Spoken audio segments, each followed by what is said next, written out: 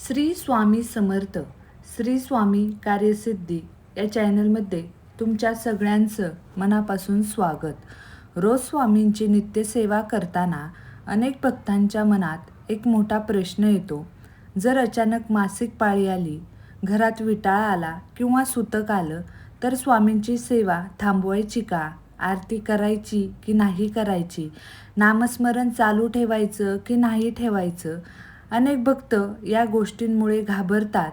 काही जण सेवा पूर्णपणे बंद करतात, तर काही जण चुकीच्या माहितीमुळे त्यांना काही सुचत नाही। पण स्वामी भक्तांनी एक गोष्ट कायम लक्षात ठेवायची, स्वामींना विधी नाही, स्वामींना भावना महत्त्वाची असते।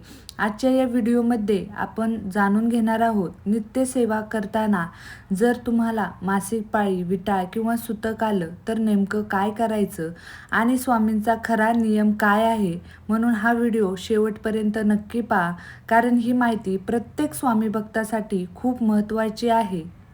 स्वामी समर्थ महाराज सांगतात की देवाशी नातं हे मनातून आणि श्रद्धेतून निर्माण होतं।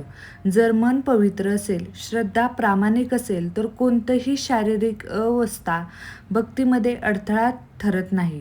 त्यामुळे मासिक पाळीच्या काळात स्वामी समर्थांची सेवा करणं थांबणं काही गरजेचं नाही। असं कुठंही सांगितलं नाही की मासिक पाळीमध्ये सेवा थांबवा। फक्त आपल्याला विधी करता येणार नाही, पण मनापासून तुम्ही ही सेवा करू शकता। मासिक पाळीच्या काळात महिलांनी स्वतःच्या शरीराची काळजी घेणं, विश्रांती घेणं हे तितकंच महत्त्वाचं आहे। जर शारीरिक थकवा किंवा अस्वस्थता असेल तर पारंपरिक पूजा किंवा दीर्घविधी तुम्ही टाळणं गरजेचं आहे। परंतु याचा अर्थ असा नाही की देवाचं नामस्मरण, जप किंवा प्रार्थना पूर्णपणे बंद करावी। उलट या काळात शांतपणे मनातून केलेली प्रार्थना, स्वामी समर्थांचं नामस्मरण किंवा त्यांचं विचार मनात ठेवणं हे तुम्हाला शुद्ध बनवतं। आजच्या काळात या विषयाकडे अधिक समजूतदारपणे पाहण्याची गरज आहे। देव हा कोणत्याही एका नियमात किंवा परंपरेत अडकलेला नसतो, तो आपल्या भावनेत आणि श्रद्धेत वास करत असतो। त्यामुळे महिलांनी स्वतःला कमी समजणं, दोष देणं किंवा देवापासून दूर असल्याची भावना ठेवणं हे अजिबात योग्य नाही। स्वामी समर्थ महाराजांचा संदेश स्पष्ट आहे, भिवू नकोस, मी तुझ्या पाठीशी आहे। या वाक्यातच भक्तांसाठी संपूर्ण आधार आणि विश्वास आहे। शेवटी असं म्हणतात की मासिक पाळी, विटाळ किंवा सूतक या गोष्टी भक्तीमध्ये अडथळा निर्माण करत नाहीत, त्या केवळ शारीरिक किंवा सामाजिक संकल्पना आहेत। खरी भक्ती ही मनाची, श्रद्धेची आणि विश्वासाची असते। त्यामुळे या काळात स्वामी समर्थ महाराजांचे नामस्मरण, प्रार्थना आणि श्रद्धा कायम ठेवणं हेच योग्य आहे।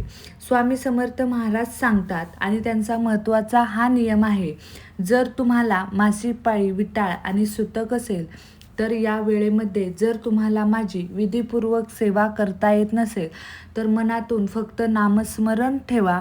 तुमच्या तोंडी जर माझं नामस्मरण असेल तर तुमच्या कोणत्याही संकटात मी धावून येईल, असं स्वामी समर्थ महाराज सांगतात। त्यामुळे जर तुम्हाला मासिक पाळी, विटाळ किंवा सूतक असेल तर तुम्ही देवांची पूजा न करता मनातूनच देवांची पूजा करा, भक्ती करा, श्रद्धा ठेवा आणि नामस्मरण चालू ठेवा। तर तुम्हाला आजचा हा माझा व्हिडिओ कसा वाटला मला कमेंट करून नक्की सांगा। तुम्हाला जर हा व्हिडिओ आवडला असेल तर व्हिडिओला लाईक आणि शेअर करायला विसरू नका, सबस्क्राईब करायला विसरू नका। भेटूया नवीन अशा एका व्हिडिओसोबत। तोपर्यंत श्री स्वामी समर्थ, अवधूत चिंतन, श्री गुरुदेव दत्त।